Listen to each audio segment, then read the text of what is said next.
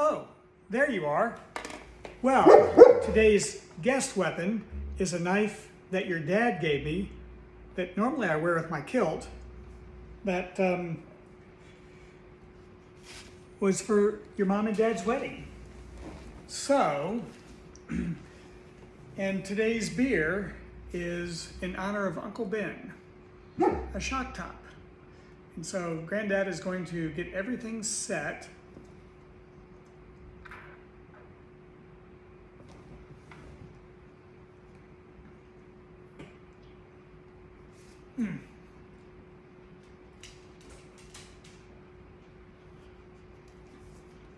So,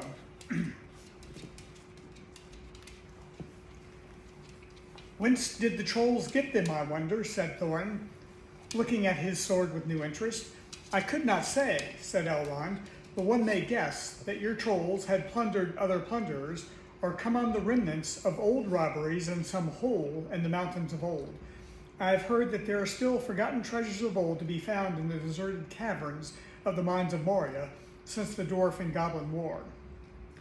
Thorin pondered these words. I will keep this sword in honor, he said. May it soon cleave goblins once again. A wish that is likely to be granted soon enough in the mountains, said Elrond. But show me now your map. He took it and gazed long at it, and shook his head, for he did not altogether approve of dwarves and their love of gold. He hated dragons and their cruel wickedness, and he grieved to remember the ruins of the town of Dale and its merry bells, and the burned banks of the bright river running. The moon was shining in a broad silvered crescent. He held up the map, and the white light shone through it. What is this? He said. These are moon letters here beyond the plain runes, which say 5 feet high the door and 3 may walk abreast. What are moon letters? Asked the hobbit, full of excitement. He loved maps. As I have told you before, he also liked runes and letters and cunning handwriting, though when he wrote himself, it was a bit thin and spidery. Moon letters are rune letters, but you cannot see them, said Elrond, not when you look straight at them. They can only be seen when the moon shines behind them, and what is more, with the more cunning sort, it must be a moon of the same shape and season as the day when these were written. The dwarves invented them and wrote them with silver pens, as your friends could tell you. These must have been written on a midsummer's eve and a crescent moon a long while ago. What did they say? Asked Gandalf and Thorin together, a bit vexed perhaps that even Elrond should have found this out first, though really there had not been a chance before, and there would not be another chance until goodness knows when. Stand by the grey stone when the thrush knocks, read Elrond, and the setting sun with the last light of Durin's day will shine upon the keyhole. Durin, said Thorin. He was the father of the eldest race of dwarves, the Longbeards, and my first ancestor. I am his heir. And then what is Durin's day? Asked Elrond. The first day of the dwarves' new year, said Thorin, is, as all should know, the first day of the last moon of autumn on the threshold of winter. We still call it Durin's day when the last moon of autumn and the sun are in the sky together.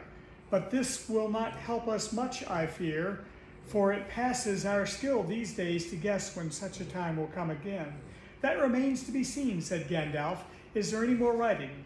None to be seen by this moon, said Elrond, and he gave the map back to Thorin, and then they went down to the water to see the elves dance and sing upon Midsummer's Eve.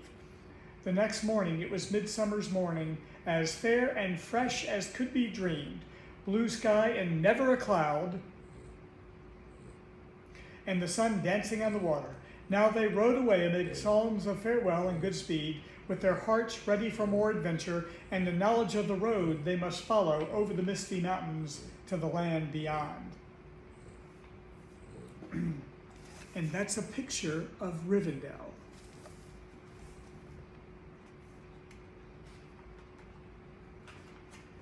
Over hill and under hill.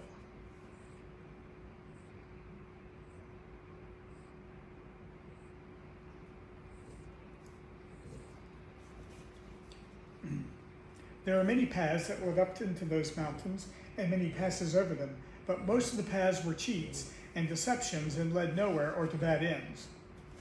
And most of the passes were infested by evil things and dreadful dangers.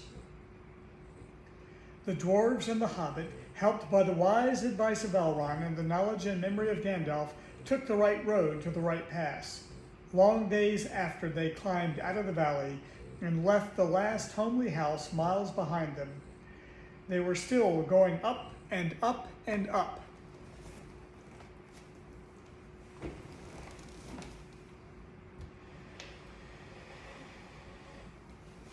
A camera change.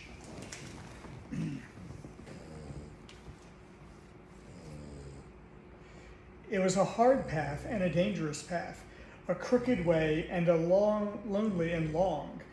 Now they could look back over the lands they had left, laid out behind them far below. Far, far away in the west, where things were blue and faint, Bilbo knew there lay his own country of safe and comfortable things, and his little hobbit hole. He shivered. It was getting bitter cold up here. And the wind came shrill among the rocks. Boulders, too, at times came galloping down the mountainsides and let loose by the midday sun upon the snow, and passed among them, which was lucky, or over their heads, which was alarming. The nights were comfortless and chill, and they did not dare sing or talk too loud, for the echoes were uncanny.